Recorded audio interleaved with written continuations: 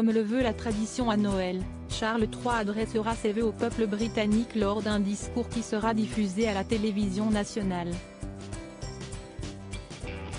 Mais alors qu'une première image a été dévoilée, plusieurs différences avec sa mère sont déjà notables. Noël ne sera plus jamais célébré de la même manière au sein de la famille royale britannique. Charles III ayant accédé au trône à la mort de sa mère Élisabeth II, décédée le 8 septembre dernier, il a décidé de faire bouger les traditions. Ainsi, alors que la souveraine raffolait de ce mets, le papa de William et Charles a décidé qu'il n'y aurait plus de foie gras à table. Merci pour votre lettre à propos des questions éthiques autour du foie gras. Je peux confirmer que le foie gras n'est pas acheté par la maison royale ni servi dans les résidences royales et qu'il n'est pas prévu que cette politique change, a fait savoir Sir Tony John Stoneburn, le maître de la maison du roi, dans une lettre adressée à l'association PETA. Mais que les puristes se rassurent, Charles III ne va pas tout changer de fond en comble. Ainsi, certaines traditions sont maintenues, comme le discours de Noël, donné chaque année par la souveraine.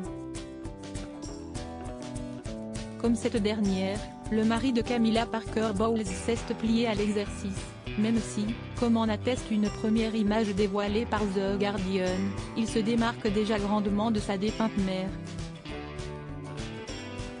Charles III a enregistré son discours le 13 décembre tout comme l'épouse du prince Philippe. Charles III a choisi de prononcer son discours au château de Windsor. Pas dans n'importe quelle pièce, puisqu'il l'a fait dans la chapelle Saint-Georges, où reposent ses parents décédés. En revanche, contrairement à sa mère, il ne s'est pas exprimé derrière un bureau, comme elle le faisait toujours, mais bien debout face à la caméra. Il n'y a pas non plus de portrait de la famille royale disposé en arrière-plan, ce que faisait toujours sa mère. Lors de son dernier discours, elle avait ainsi une photographie de son mari Philippe, décédé quelques mois plus tôt, à ses côtés. L'enregistrement de ce speech a eu lieu le 13 décembre, soit seulement 2 jours avant que la deuxième partie du documentaire d'Harry et Meghan ne soit mis en ligne sur la plateforme de streaming Netflix. Une prise de parole qui s'est donc faite dans un contexte particulièrement tendu au sein de la famille royale britannique.